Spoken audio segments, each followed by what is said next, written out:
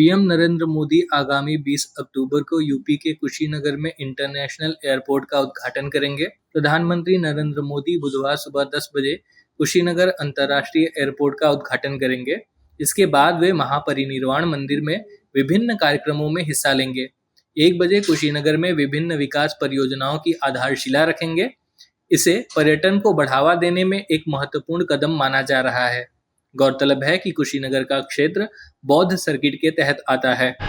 कांग्रेस महासचिव प्रियंका गांधी ने petrol diesel की कीमतों में बढ़ोतरी को लेकर सोमवार को मोदी सरकार पर कटाक्ष करते हुए कहा कि पेट्रोलियम उत्पादों के दाम इस कदर बढ़ा दिए गए हैं कि अब हवाई चप्पल वालों का और मध्यम वर्ग का सड़क पर सफर करना भी मुश्किल हो गया है।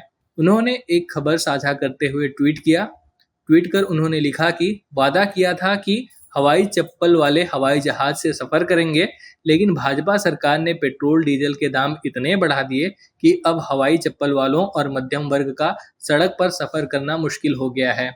प्रियंका गांधी ने जो खबर साझा की उसमें कहा गया है कि अब पेट्रोल विमान के ईंधन से 30% ज्यादा महंगा हो गया है।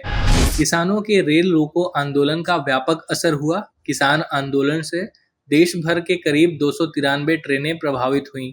रेलवे की जानकारी में कहा गया है कि कुल 184 लोकेशन पर किसानों ने रेलवे ट्रैक के पास आंदोलन किया। 118 ट्रेनों को मंजिल से पहले रोका गया, जबकि 43 ट्रेन कैंसिल की गई, जबकि एक ट्रेन का रूट डाइवर्ट किया गया। 50 ट्रेन को आंशिक तौर पर कैंसिल किया गया। सोमवार के इस विरोध प्रदर्शन के दौरान कोयले की ढुलाई वाली 75 मालगाड़ियां फंसकर रह गईं। 75 मालगाड़ियों को प्रदर्शन का असर हुआ, जबकि 150 मालगाड़ी प्रभावित हुई। रेल रोको आंदोलन के दौरान 50% कोल ढोने वाली मालगाड़ियां प्रभावित रहीं। रंजीत सिंह हत्याकांड मामले में पंचकुला की सीबीआई कोर्ट ने आज डेरा प्रमुख गुरमीत राम रहीम और अन्य 4 दोषियों को उम्र कैद की सजा सुनाई है। इस मामले में डेरा सच्चा सौदा प्रमुख गुरमीत राम रहीम सहित 4 अन्य को दोषी ठहराया गया है। सोमवार की सुनवाई में राम रहीम वीडियो कॉन्फ्रेंसिंग के जरिए पेश हुआ।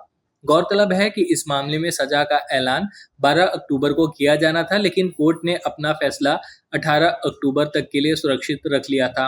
गौरतलब है कि विशेष सीबीआई कोर्ट ने डेरा सच्चा सौदा प्रमुख गुरमीत राम रहीम और 4 अन्य को डेरा के पूर्व प्रबंधक रंजीत सिंह की हत्या के मामले में आईपीसी की धारा 302, 120 के तहत दोषी ठहराया था।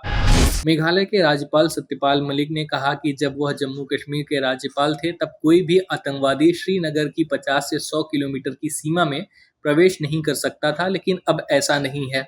मलिक ने कहा कि जम्मू कश्मीर के राज्यपाल के रूप में मेरे कार्यकाल के दौरान श्रीनगर की 50 से 100 किलोमीटर की सीमा में कोई भी आतंकवादी प्रवेश नहीं कर सकता था, लेकिन अब श्रीनगर में आतंकवादी गरीब लोगों को मार रहे हैं। यह दुखद है। मलिक अगस्त 2018 से अक्टूबर 2019 तक जम्मू कश्मीर के राज्यपाल थे। उनके कार्यकाल के दौरान ही अगस्त 2019 में जम्मू कश्मीर को विशेष दर्जा देने वाले अनुच्छेद 370 को निरस्त करने और क्षेत्र को 2 केंद्र शासित प्रदेशों में विभाजित करने का निर्णय लिया गया था।